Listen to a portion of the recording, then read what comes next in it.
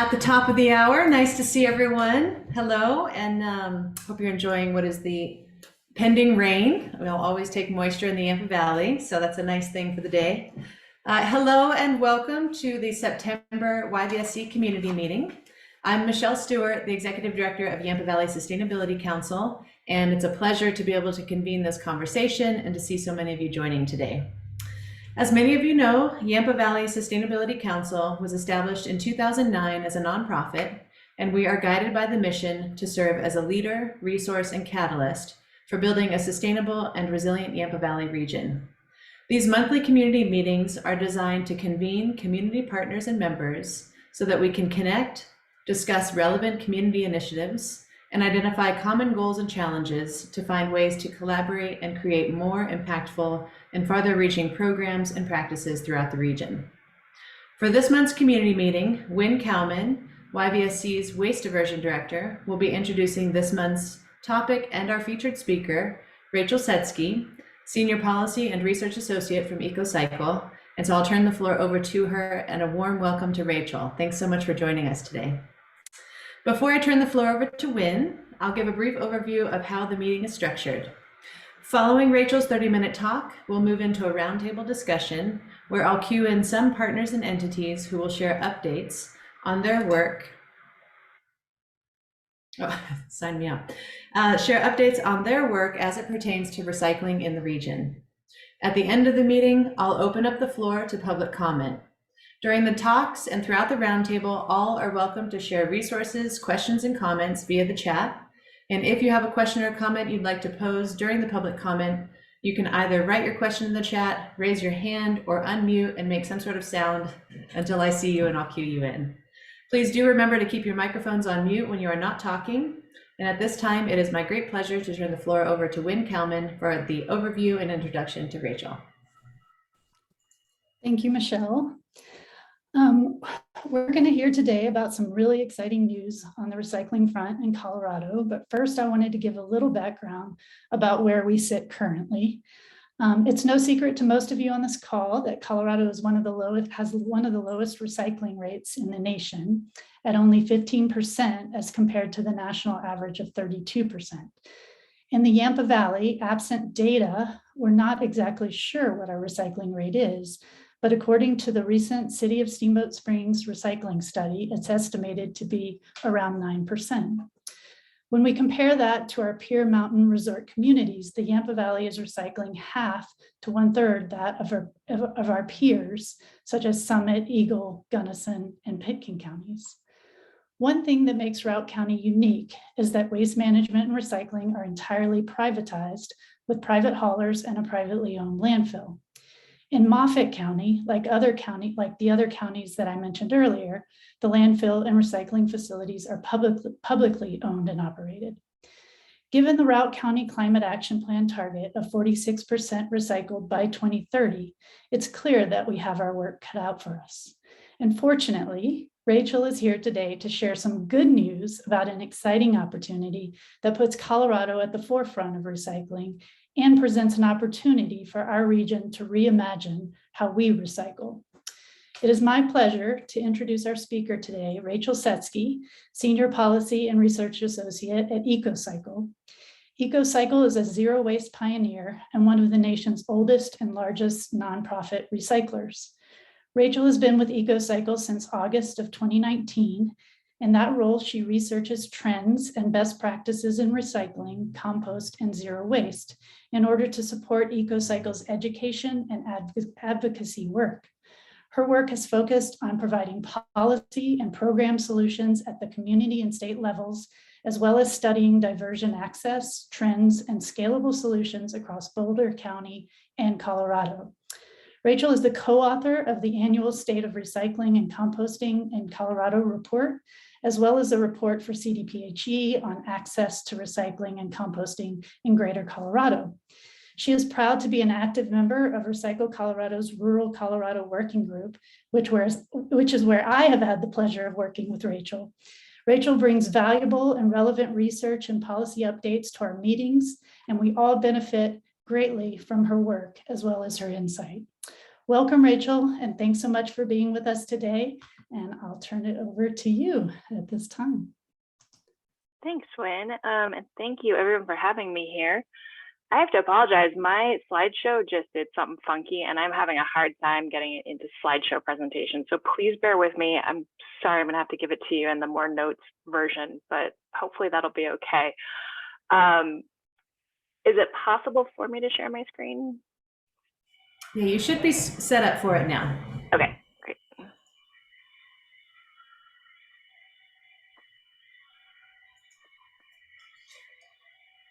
Alrighty, so again, I'm sorry about that, but hopefully that'll work. And I am happy to take questions maybe at the end if that works for folks. And I will just dive right in here. Wynn asked me to speak today about House Bill 22-1355, Producer Responsibility Policy for Containers, Packaging, and Printed Paper in Colorado, and then also asked me to touch just briefly on the Plastics Pollution Prevention Act that passed the previous spring. So I will have just a little bit of information about that one, but again, I'm happy to take questions towards the end. So as has already been introduced, I am with EcoCycle, and we are a proud member of Recycle Colorado. So everything that we do, we're a nonprofit recycler in Boulder County, and our work on these two bills and other bills has been in conjunction with Recycle Colorado and as part of our membership with that statewide recycling organization. This slide isn't going to be a surprise to any of you. As we've mentioned, the state has a 15% recycling rate, but in Greater Colorado, that recycling rate is at 11%. That meets the Greater Colorado goals, but it's still a really low number. To put that in perspective, the national average recycling rate is at 32%. In Greater Colorado, we know that we largely have open market systems, meaning that there are private haulers that people can subscribe to for their trash and recycling.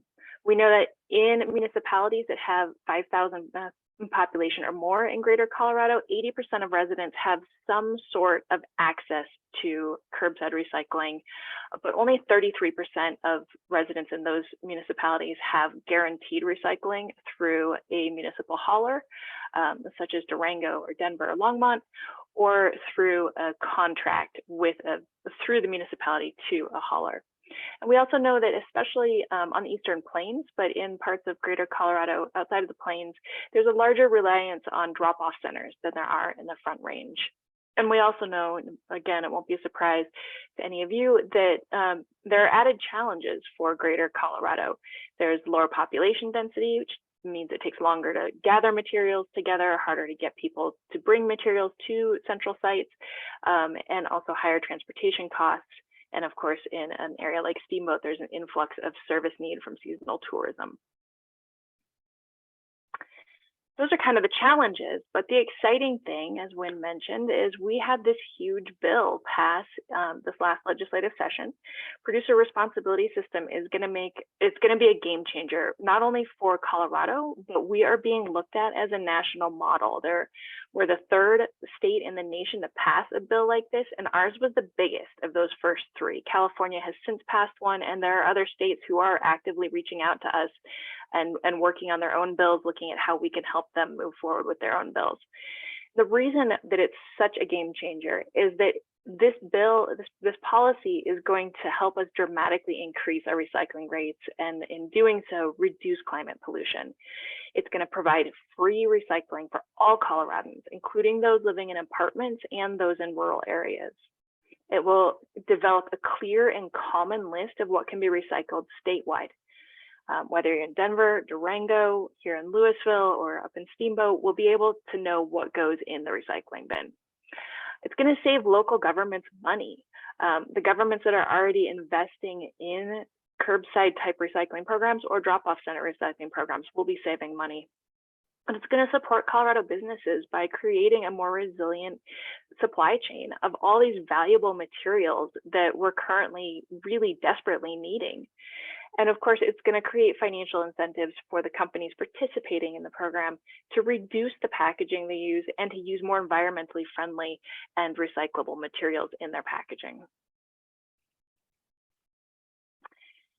So it's important when we're thinking about this massive bill to remember that this didn't come out of nowhere. We have been working on this for years. As was mentioned in my bio, I'm one of the co-authors of the State of Recycling reports in Colorado, where we've been publicizing for years that we really need to make a difference in what we're doing. And then the legislature has been working on various different task forces and policies that have moved recycling and composting forward over the last few years, including the two policies that we're talking about today. This is my token slide on the Plastic Pollution Prevention Act, but again, I'm happy to talk more at the end if people have questions. I know Steamboat already has a bag ban and thankfully a bag fee as well, so this may not be as big of a priority for Steamboat as some other communities. But starting January 1st, there must be a 10-cent fee on all single-use bags. Of course, if you have a higher fee than that, as I believe Steamboat does, that's fine. It just has to be a minimum of 10 cents. Businesses will keep 4 cents from that 10 cents so that they can implement the project, and then the municipality or county in unincorporated areas will keep the rest. And then starting in January 2024, there will be a ban on single-use bags, single-use plastic bags, sorry, and that fee will remain on single-use paper bags. There will also be a ban on polystyrene food containers statewide, with a little bit of an exception if a restaurant has already purchased them, they can use them up within the first few months of January 2024. And also the preemption that has hampered Colorado municipalities from putting into place policies like this will go away. So if you want to put a ban on some other sort of plastic material, takeout packages for ketchup or whatever, you're going to be open to doing that. And I just want to note that Recycle Colorado is working with the Colorado Municipal League, CC4CA, the Colorado County Communities for Climate Action, and of course EcoCycle. We're working together on putting together materials to train on this, as well as doing some trainings in the next couple of months to help municipalities move forward and implement this particular policy. So hopping back to EPR, the Producer Responsibility Law, there's really three main goals of what this bill is going to, or what this law now is going to do. It will develop a convenient, cost-effective state recycling system with free recycling, as I mentioned, that funds all aspects of the recycling process. It's important to note that Colorado's system will be funded and managed by the producers who sell that packaging and paper into the state. I'll talk more about that in a minute. And also it sets up this industry-run program, but it has appropriate government oversight that was hugely important to stakeholders, actually across the board, but particularly in the environmental and municipal categories. Those stakeholders wanted to make sure that there was oversight. And again, I'll talk about that in a minute. So this is my 55-page bill boiled down into one slide here of how the process will actually work. In a nutshell, companies that sell packaging and paper will join a nonprofit producer responsibility organization. So if it's a Colorado company selling products within the state, or a not Colorado company, international company even selling products in our state, or even an online retailer selling products into our state, anyone putting packaging on our markets will join this join a PRO and have to pay into it. The producers will pay dues, or they can submit their own plan and do their own thing as long as they're meeting the same goals. The PRO is going to start with a needs assessment, and that's what's going to guide this whole thing. And I will dig a lot deeper into that needs assessment later. As mentioned before, some of that government oversight is going to be an advisory board. They're going to work with the PRO to review what they're doing and also to consult with them as they move forward, because the people on the advisory board, a 13-member advisory board with experts from landfills, haulers, municipal representatives, including Greater Colorado municipal or county representatives, that's stated specifically. They're the experts in what's happening in Colorado. So that's a huge part of what's going to make this plan successful. And then finally, the PRO will take those dues and they will pay providers, service providers, whether it's the municipality or a contracted or open market service provider, to provide that recycling collection, the processing, and getting the materials to the markets. I've mentioned a few times that this is going to provide free recycling for all Coloradans, and I really want to put a fine point on that. I mean all residents here, single family and multifamily residents. Again, both rural and urban. Recycling, as stated in the bill, must be as convenient as trash. So if you currently have curbside trash service, you will be getting free recycling service as well. If you do not have a curbside trash hauler, you're taking your own stuff to the landfill, then you will have at least a drop-off center to take your recycling to. Again, recycling provided at no cost. And the PRO is tasked with looking at the program in 2028 to see if it makes sense to add schools, small businesses, government buildings, or other types of entities to the program to add more recycling collection. This does not cover trash services. It doesn't cover construction waste, electronics, hard to recycle, household hazardous waste. This is specifically looking at recycling of packaging. So I like to think of this when you go into the grocery store, you get your box of cereal. It's going to be that bag that's holding the cereal inside, and it's going to be the box that's around it. And the producer is going to be that General Mills or Post. It's not going to be the Safeway or Kroger unless you're buying a store brand cereal or store brand product. It's going to be the producer that makes it. Our policy does cover printed paper as well. So if you think of junk mail, magazines, those sorts of things, that will be, those producers will have to pay into the system as well. We did include food service packaging, partly because food service packaging is often something that shows up in the recycling stream that contaminates otherwise good materials. So we want to make sure that those producers are helping us solve this system. And it's important to note that producers of all packaging must pay into the system, even if their materials that they're putting on the market are not currently recyclable. The end goal is to move us to a system where all materials are reduced as much as possible and then recyclable and recycled. So again, another point that we can't stress enough is that the PRO is going to pay for 100% of recycling costs. So that's the collection and transportation, which I know is huge for rural Colorado. That's not just transportation from my house to the MRF the materials recovery facility that's sorting my materials, but it's also for you all, it's getting that material to Denver or wherever the closest processing facility or end market is. It's covering all of that. It's covering the processing. It's even covering education for recycling, working with current groups that are doing recycling education, such as EcoCycle and Yampa Valley. So hopefully they'll, by the law, they will be working with us to figure out what's working in education, hopefully contracting with us to continue to do education, but also streamlining that education so that it's consistent statewide. And the policy will ensure that the PRO is investing in both existing infrastructure to improve it and also adding infrastructure as is needed to meet the goals that they're tasked with meeting. So the producers, I keep mentioning this word, and it's important to think about who they are. It's any brand owner, the name on the packaging. The dues they're going to be paying are absolutely dependent on the amount and type of packaging that they're using. So if they're using aluminum, which is highly recyclable and very valuable, they're going to be paying really small dues.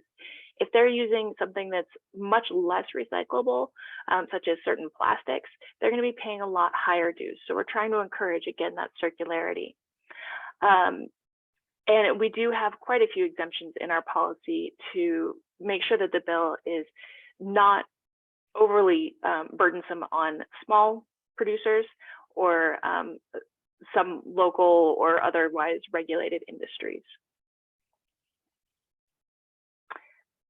The biggest question we get about the policy is, will this increase cost to consumers? And we can say, no, it will not. We have seen policies like this for 20 years all around the world, actually, and we have seen no price increases. The reports that have been used to look at them, they find no price increases directly tied to producer responsibility for packaging. Why? Because the dues are a fraction of a penny per product, and I'll show you that in just a second, my next slide. In some cases, consumers will actually save money if they're already paying for recycling services, whether through a subscription or they're through a contract. They will save money because they will no longer have to pay for that recycling service. Local governments, as I mentioned before, will also save tens to hundreds of thousands of dollars on recycling programs and drop-off centers. And that's based on what we've seen some municipalities paying right now for the programs that they are responsible for. We also know that current inflation is really what's driving increase in prices, and a lot of that is based on supply chain shortages, increased labor costs, and transportation challenges. So we hope that producer responsibility may even lower some of the costs to producers in the long run, because they will have those valuable materials right back in the recycling stream rather than having to source virgin materials from other places. It's a lot cheaper to use recycled materials that are already ready to go than to process from virgin. So here's a slide I mentioned when I'm talking about the cost of what dues are. This is taken from a Canadian program. We obviously don't know what the dues will be in Colorado yet, but you can see that the cost per pound of material for producers is 3 cents for aluminum cans, up to the highest price of 30 cents on polystyrene plastic, which is super hard. If it's even recyclable, it's very hard to recycle. So the cost will be determined by the needs assessment, and the PRO will actually set those costs, but the costs will also be approved by CDPHE. So again, those checks and balances will help ensure that the costs are fair and will be enough to meet the needs of the program.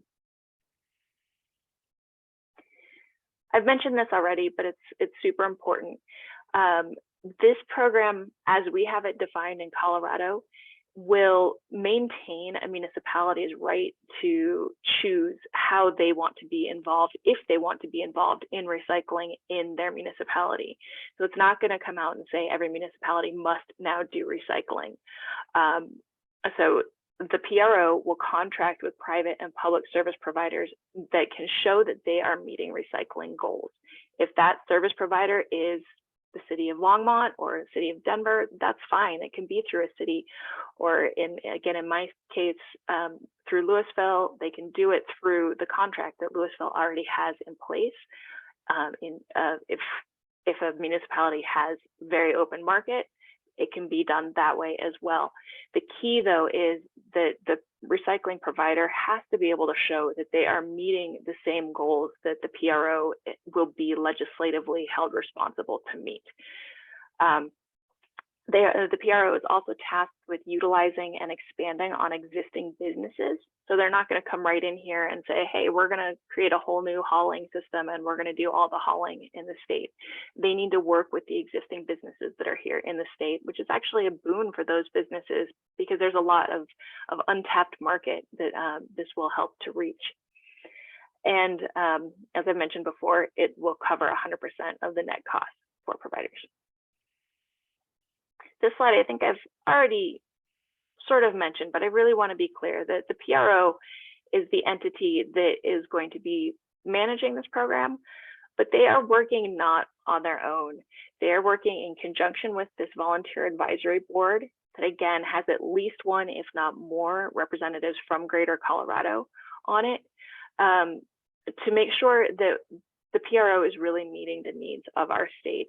And then final authority over the program will be through CDPHE. The one caveat to that is that in 2024, the needs assessment that the PRO does will go back through the legislature so that they can also sign off on agreeing with, I mean, the ideal would be the PRO says, I'm getting ahead of myself. I'm going to back away and I will get to that with a little better explanation with a different slide. But just to say that there is oversight on the process.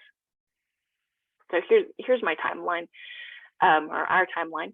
Right now, the state has just hired a new employee to look after this program and to help get it implemented. And their next step is to work on convening that advisory board, getting applications in for the advisory board and vetting that and pulling that advisory board together at the beginning of next year. The producers are working, we know that they're talking right now, trying to figure out how they're going to form the PRO and what that's going to look like. And then they will need to register with the state beginning of next year. And by September of next year, they will need to begin their needs assessment, which we'll dig into in a minute. When that is done, when their needs assessment is done, they will take their findings, they will run it by the advisory board, they'll take it to the state, and then the legislature, that's what I was talking about, the legislature will have a final say of saying, yes, we agree that these are the recommendations we want to move forward with, or the legislature will have the ability to say, we don't think these are the right goals, we want you to meet these other goals instead based on your needs assessment. Then in 2025, the PRO, again, in conjunction with the advisory board, will create their plan. It'll be approved by CDPHE. And by 2026, we'll see this program implemented.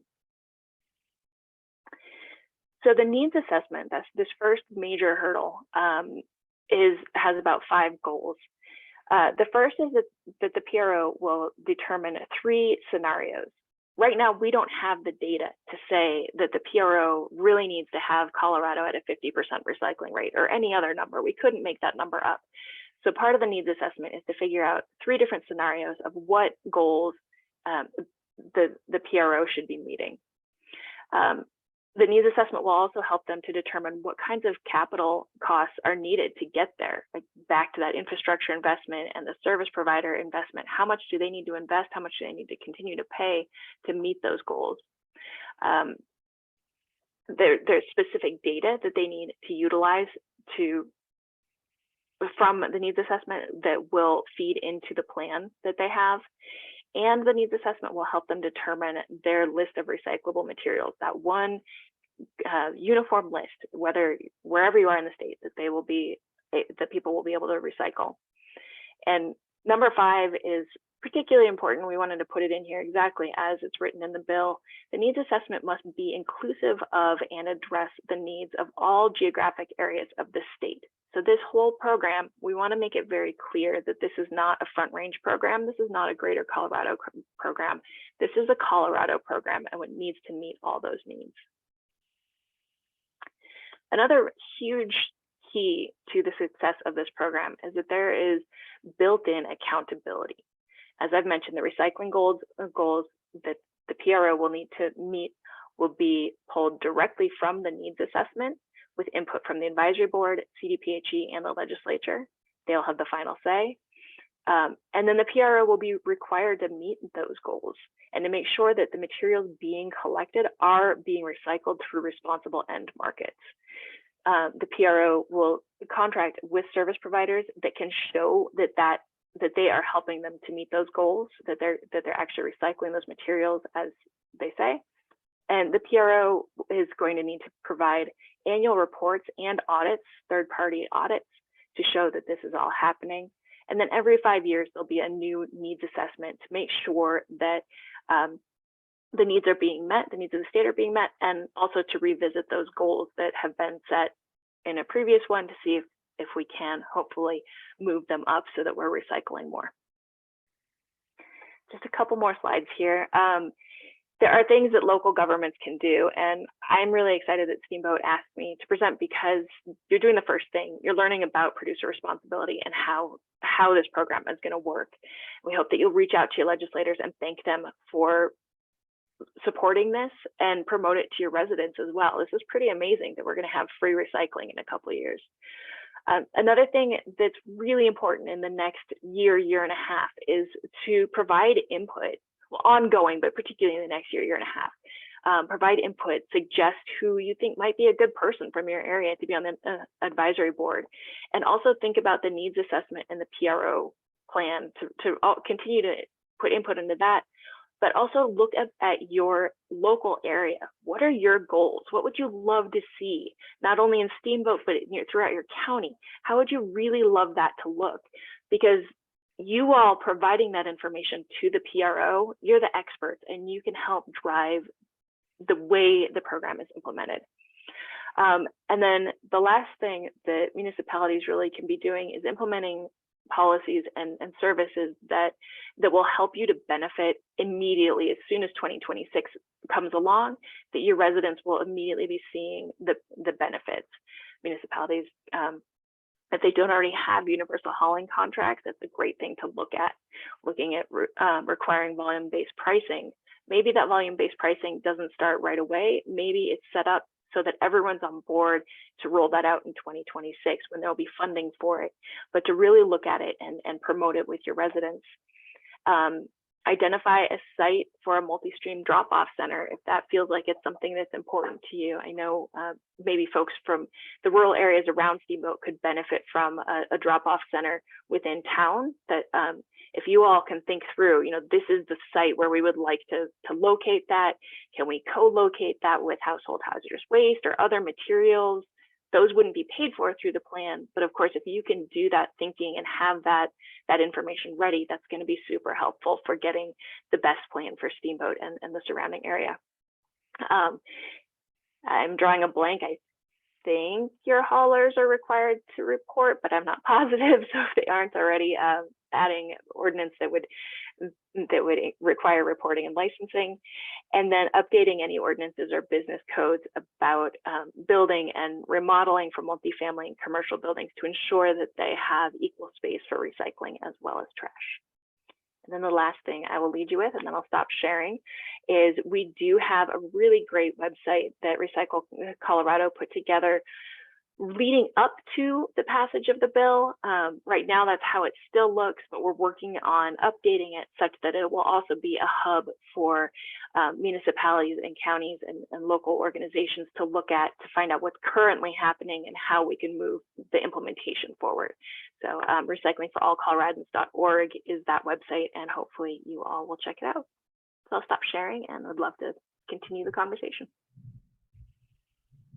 Great. I will transition us, and I just want to say, wow, Rachel, thank you.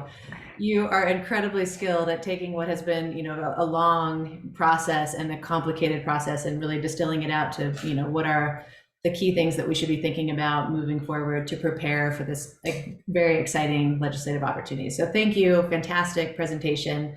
For those that joined during Rachel Sinski's presentation, this is recorded. Many of us might want to watch it again, but it's like the greatest distillation of the opportunities ahead. So warm thank you and fantastic job. So if we were all in a room, everyone would be standing and there'd be a very loud applause. So I want to say thank you. So I will transition us to our roundtable discussion. Again, see this as a dialogue, a place to ask questions. We are all very aware of Rachel's expertise and ability to answer the types of questions that we have.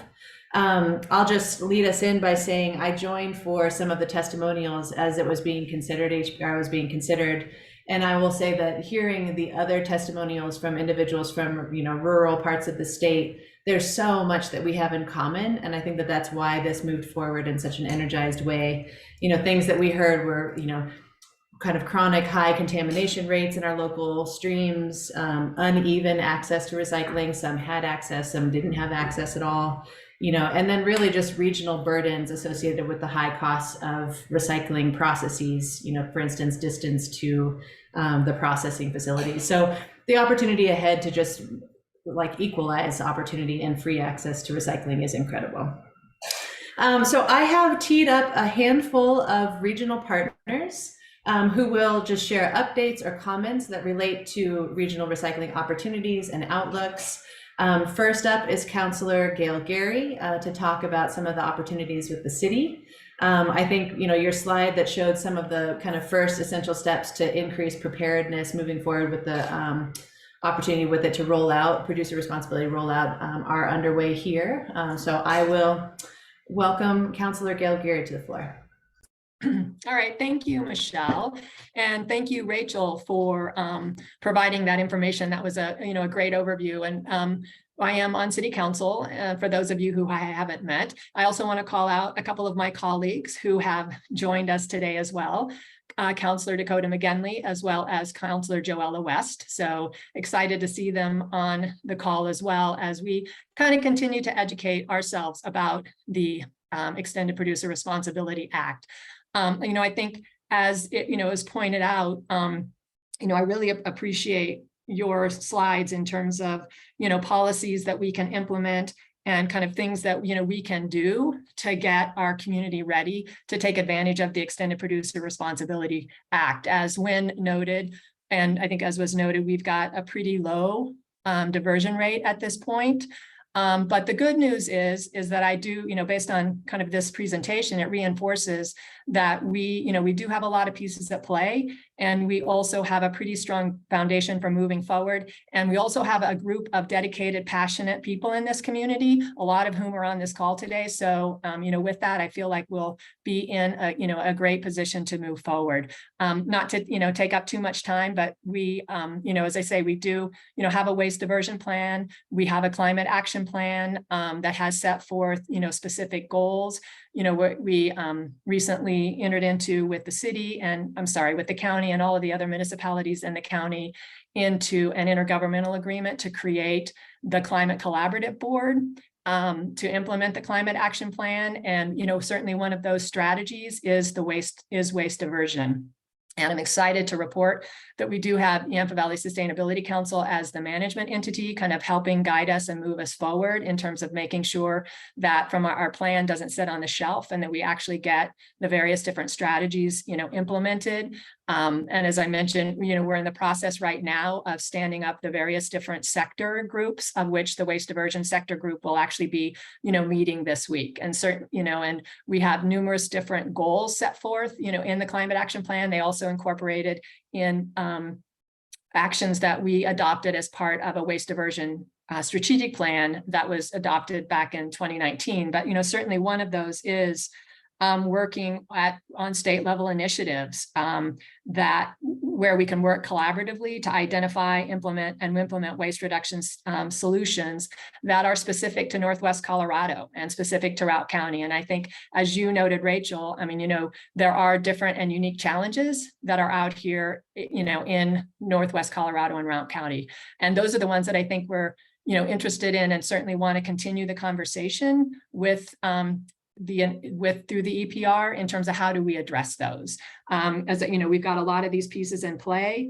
We've done a recycling study. We've just implemented and updated our ordinances on reporting and hauler reporting. We do have private haulers. We have 3 different haulers and they all accept different types of recycling materials. So that's huge in terms of just confusion in this community in terms of what can I recycle. And, and like all communities, we have a lot of wish cycling. So I think, the hauler ordinance is going to help us, from the perspective of, okay, how much, trash are we really collecting, right? How much are we recycling? What's our contamination rate? So we're going to get that data that hopefully we can feed into the EPR. We, have had a discussion about pay as you throw. I think we need to do a little more education in our community and, at a policymaker perspective, in terms of how that plays into all of this. But, again, just really excited to be part of this conversation. I think it is really important. And I'm glad that the legislature acknowledged that you need the input from the rural communities because, we have a lot of waste, that's for sure. Right. But, we're pretty far from all the major interstates. So, the more and more that we can keep it here and can facilitate it and make it easier, that will be good. A lot of issues to work through. We have bundled trash and recycling. How are the economics of all of that going to work? So, again, very excited to be, part of this, conversation and, just really appreciate you taking the time to visit with us today. So thank you. And I thank you. Thank you, Councillor Gary. Next, we have Trevor Campbell, Director of Road and Bridge and Solid Waste Management with the City of Craig. Trevor, we're so glad to have you here today, and it's been one of our organizational goals to really increase regional partnerships as we think about addressing these key challenges to reduce emissions, bolster resilience. And so, Trevor, warm welcome to the floor. I see your name, and you can unmute and share any comments or updates that you'd like to as they relate to recycling as you're seeing them. Hi, Michelle. Thanks for the invite for the meeting. I'm glad I can sit on this, learn some of this information. I was kind of in the dark a little bit about some of this information I'm learning about, so it's good to hear about it. And thanks for the PowerPoint that was presented. It's very helpful. I don't have a whole lot as far as where we are going with recycling to date. I mean, as far as Moffat County and Craig goes, City Council and the commissioners are on board with creating a recycling program. We're still in the weeds about how that's going to work efficiently, logistically, economically, and then you got the education piece and getting people to participate. So it's good to hear that. I mean, as a group here, that I think all those pieces will come together with time. And I suppose it starts now with these conversations that we're having. So it's good to create some more contacts here in this meeting. But for those that don't know, our refuse collection in Craig and surrounding area is municipal owned, and I'm its director. And then kind of what you're alluding to earlier, Michelle, having the county owned landfill, I think having those two pieces, at least in our valley and over in Moffat County, can help push this recycling venture along a little bit more easy than some of these private sectors that you got over towards Steamboat. I do know, landfill capacities are a hot commodity and hard to permit and costly, and anything that we can redirect and keep out of our landfills is a major plus. Like I say, having these municipal and county ran entities, I think helps push our future recycling programs along. One of the things that I'm trying to figure out is where are we going to establish some collection sites, whether it may be at the county landfill or at a previously located site we had north of town. What makes the most sense as far as where are people going to most utilize these places and divert the recyclable materials from the landfill. It seems like on one hand that the landfill would make the most sense. You could divert material before going into the hole out back, or you could make a little bit more convenient local site. I do have a couple of questions, but I can hold till public comment. But as far as what I got going, that's really about it. We're still kind of in the dark about what the future holds, but I think everyone's on board as far as getting a good program up and going, and it has to make sense and economically and logistically, how do we get there? So thank you, and I look forward to working with all of you guys. So Likewise, Trevor, thank you so much for joining the conversation. And for those who haven't had the opportunity to meet Trevor yet, we joined for a discussion with him and Peter Brixius, who is the city manager at City of Craig. And both of them, I would say, are just kind of bold leaders trying to reestablish recycling, exploring what is the public appetite for it. And then, as mentioned, we had a really encouraging discussion looking at the opportunities for, county commissioners, city council, and then the government-owned landfill to really think about ways to lever, potentially tipping fees or otherwise to encourage recycling. And so lots of opportunity there. I think Trevor and Peter had approached us with, a sense of not hopelessness. I wouldn't say that at all, but you had to stop the recycling earlier when commodity prices fell. And so we just see a great opportunity to restart that. And then again, Rachel, you coming to the table to tell us about these state opportunities and put us on the map, in terms of there's great opportunities coming along. So Trevor, really thank you for joining, and we all look forward to partnering together. yeah, and I might add real quick too, But one of the biggest hurdles that I see is I think collecting the products is half the battle. It's getting it to a MRF. How do you make those connections, and how do you get these products to a recycling facility? You know, as you know, we had a site visit there at Eagle County, which looks like a solid option, but there's still a lot of logistics. We live in the mountains, it's snowy. How do you get trucks over and they're there in the winter? How many trucks are we going to have per week? There's a lot of those logistics. Personnel, do we need more trucks? Is it privatized hauling? Those are a lot of the pieces. The collecting end, I think, is the easier piece. It's how do you get rid of it and where does it go? So just wanted to add that. Yeah, that's great. Thank you so much, Trevor. Next, we have Sarah Jones, Director of Sustainability and Community Engagement at Ski Corps. I think we're all familiar also with the great shift in Ski Corps last year with waste reduction. So shifting toward, moving away from plastic bottles. So warm welcome, Sarah, and we look forward to hearing your updates and comments. Thanks, Michelle. Just two quick comments. One from the Ski Corps perspective, and then I'm lucky enough that I get to work with Rachel as part of the Recycle Colorado work. So I'll touch on that briefly, but just an update. Yes, last year we did eliminate our single-use plastics in drinking, and we recognized that reducing that or eliminating those is only as good as our collection of aluminum, right? We want to move to aluminum because that is infinitely recyclable. And so this year we continue on that path of reducing our single-use plastics, but we're also now really focused on the collection, doing a better job of collecting our aluminum and reducing our contamination. And so we are actually partnering with YVSC to help us with some of our bigger events that I'm sure those of you who are at the mountain know that we have our spring concert series and events, and that can get a little chaotic. So support from YVSC on those would be great.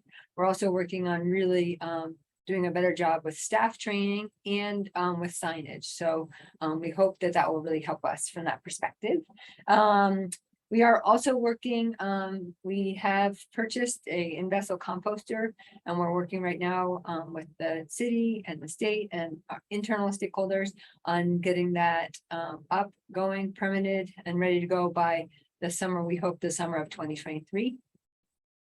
And shifting to Recycle Colorado, I'm on the board of Recycle Colorado, and I get to work with Rachel on the rural and Win on the rural policy group. So I just want to put out there that if anybody is interested in getting involved with that or has specific topics that they are interested in, please reach out to me or Win. Sorry, Win, putting you on the spot. If you're interested in getting more involved, and it is really, and Rachel, huge kudos to Rachel. Rachel has done an amazing job with waste legislation. She specifically will reach out to those of us in rural areas and say, I need you to help me with this language to make sure it's getting the support it does. And EPR was a specific example, especially in the needs assessment and on the advisory committee. So thank you, Rachel. But if anybody is interested, don't hesitate to reach out to me and or Win, and we'll pull you into the discussion. So thanks. Great. Thank you so much, Sarah. And at this time, we can transition over to our public comment. So kind of Q&A. Individuals can ask questions if you have those. I do just want to call attention. We just had Nikki Knoebel join us, who is the mayor of Oak Creek. So warm welcome. And Nikki, if you'd like to take a moment to share any updates or things that you're thinking about, not to put you on the spot, but if you want to share anything you're thinking about with recycling, you're welcome. And then I also want to call attention to Dwayne McDonald, who we know is involved with recycling here regionally. So an invitation for the two of you, and then at this time can transition to open Q&A. But Nikki, if you just want to say hello and welcome. Hi, how are you? Sorry I was a little late, just busy at work. And but yeah, this is important to us in Oak Creek, and anything we do, a lot of people are asking about green machine and recycling and anything we do. So we would love to be involved. Great. Thank you so much for joining. And we recorded the conversation. It's super incredible. So I'll share that with everyone. And Dwayne McDonald, if you would like to say hello, really glad to have you here as well. Yeah, howdy everybody, and I appreciate the invite to the discussion. It's really interesting. I'm gonna be excited to see how this all kind of comes together. a lot of planning in it, obviously. So congratulations on getting this passed, and we're looking forward to being partners in it. Great. Thank you so much for joining, Dwayne. And I'll open up the floor. So if anyone has any questions, you can put them in. I just saw Catherine Carr said super, so that's what I was reading. But you're welcome to post comments in the chat if you'd like to share that way. And then I know probably people have lots of questions for Rachel. It was a great overview. I might lead us off with the first question if I can, since I still have the floor. But you had mentioned one way we could get involved is to step forward, either recommend individuals for that advisory board or potentially, approach it ourselves. What is the total number of individuals that they're looking for that advisory board, and maybe a little bit more of the process of how that happens? Sure. That is actually one of the things that CDPHE is that's one of their first things they're working on. And I think they said they were hoping to have an application out by the end of October, if not before. There are 13 seats on that board, and they are very specific what they need to be. There's a seat for a local, or for a MRF operator, for a landfill. They're very detailed. An environmental justice group. So there's very specific things. There is one seat at least dedicated to Greater Colorado municipality or county. Actually, I think it's just government. So if it were a waste board or something like that, I think that would qualify as well. So once there's an application available, then it would be something to put through the state. And I just realized that I don't think I had the website for the CDPHE has put together a website specifically for this bill. I will share my slide deck with Wynn, and I'll be sure to add that to it before I do. But you can also just Google CDPHE and producer responsibility; it'll pop up. So I would guess that the applications will be there, and also, of course, Recycle Colorado is working hard to generate some names and to tap some shoulders and try to recruit people. So if you have a name or you would want to be on that list, Sarah or Wynn would also be great people to reach out to. And I will actually echo in reverse what Sarah said. It was tremendously helpful as we wrote this bill to know that we had people in Greater Colorado that we could reach out to and say, is this wording correct? Does this meet your needs? And I'll be honest, often it was not correct and we had to change it. So thank you in reverse as well. Great. Thank you. I see one question coming in from Stephen Carrigal. What is the timing to establish a public free compost drop box? If that's related to here, but probably composting as organics diversion, would that be part of traditional recyclables, or that's kind of an aside? Sorry, I was thinking that was a question for someone else. Compost. This bill really doesn't cover compost. Compostable packaging will need to pay into it, and the PRO does need to look at how that packaging affects the entire stream. So there is some compost in it, but it's really not going to pay for composting collection, I don't think, at least at this point. So that's something the PRO will have to work out. And Winnie Delaquadri, not to put you on the spot, but if you would want to share, so we did just complete the organics recycling study. So I don't know if you would want to just share that as a general update and opportunity to apprise individuals, and welcome. Thank you for having me. The City of Steamboat Springs, partnered with Routt County on an organics recovery study that was just completed. It was presented to the Board of County Commissioners on Tuesday, and it'll go to City Council on this coming Tuesday. Sorry, it went to the county on Monday.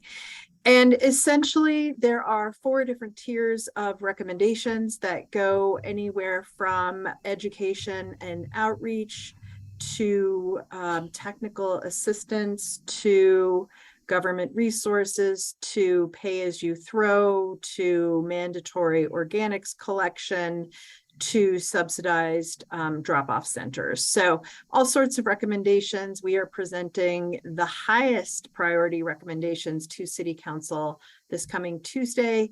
And it's a discussion with council as to what and how they would like the city to move forward. Great. Thank you so much, Winnie. And Winnie, for those who have not met her yet, she's Special Projects and Intergovernmental Services Manager with the City of Steamboat Springs. So thank you very much, Winnie. Sure. So Jim Cook, I've got a question and a couple comments.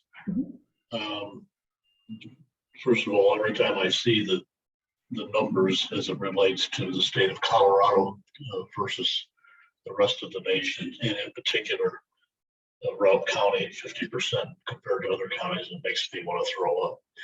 However, it is what it is.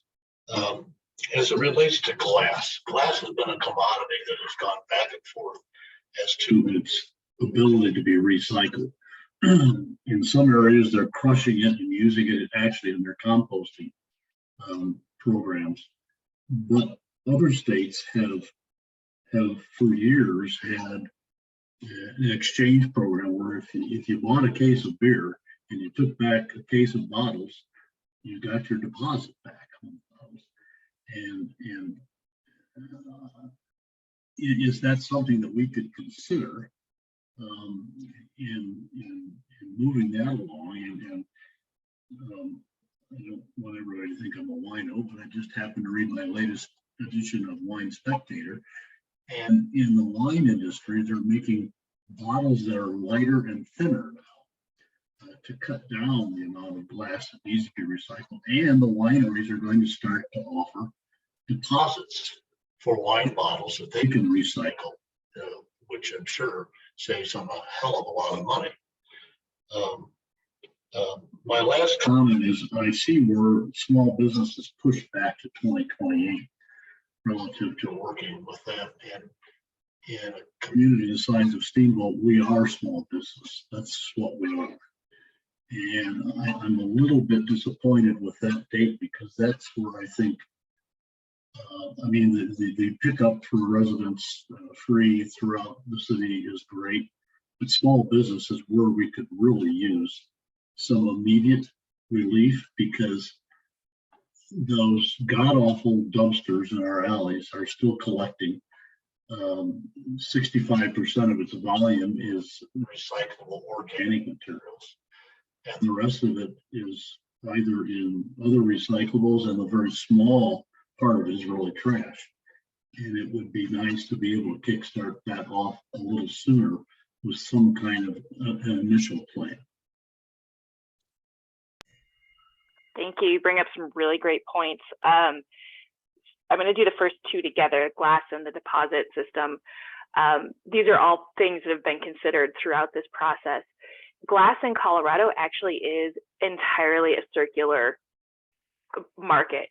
We have a local glass crusher here in the Front Range that has to import glass from other states because in Colorado, we're not recycling our glass. Of course, under the current system, because it's so costly to move it from a place like Steamboat to Broomfield where it's getting processed. Under this policy, that transportation cost is going to be paid for. So we will be able to move the glass from Steamboat down to Broomfield and then get it back into a beer bottle at Coors or one of our local bottling without having to import as much from other states and increasing that. So absolutely, glass is recyclable, and in Colorado we have that system. It just the finances don't work right now, and this is going to help fix that. The deposit system that you mentioned, that is also something that's being talked about. It was agreed, most stakeholders agreed that a deposit system right now, while it would be a great next step, we really just need the infrastructure for all recycling to capture, the cardboard, the paper, the things that don't usually get captured in a deposit system. So that's entirely possible that that'll get added on in the next few years, either as part of this bill or as something different. But right now, what we need is just to really build up that infrastructure all over. So it's definitely not off the table, but it's not part of this. And then you mentioned the small business and the need for recycling. Again, stakeholders from the beginning, we really wanted to get small business included, but because it's such a huge lift to build out the infrastructure we need, even for residential, it was just going to be way too cost prohibitive to try and add small business at this point. But that will be looked at 2028 to see if we can add small businesses and what types of businesses make the most sense whether it's from amount of materials collected or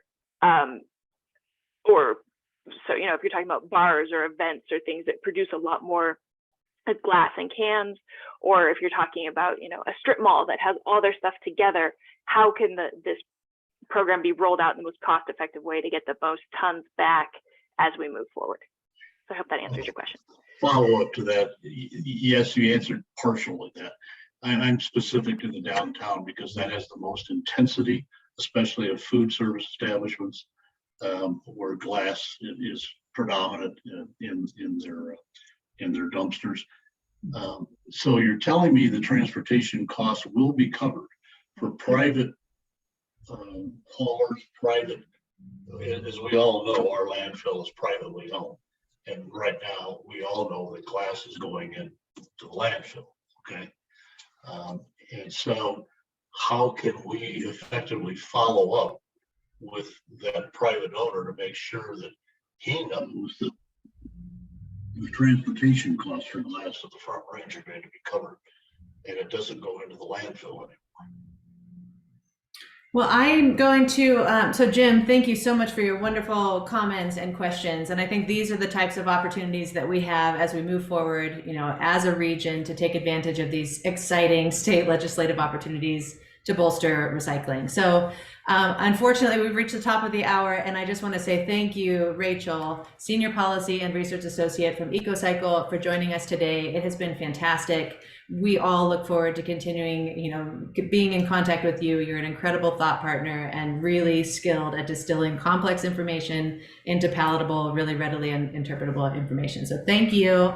Thank you all for being part of this important conversation. And importantly, let's all stay at the table as we move forward on implementing steps that get us to be in a place where we can be prepared to utilize these great opportunities. Rachel, thank you. If you would be willing to be a resource for all of us, then maybe when we can share the information. We saw Councillor McKinley shared a question as well. So there's a lot of uncertainty and questions and opportunities ahead. So Rachel, we look forward to increasing connection with you. Thanks for having me. Thank you all and have a wonderful day. Thank you. Thanks, everyone. Thank you. Thank you. Thank you for joining. Thanks.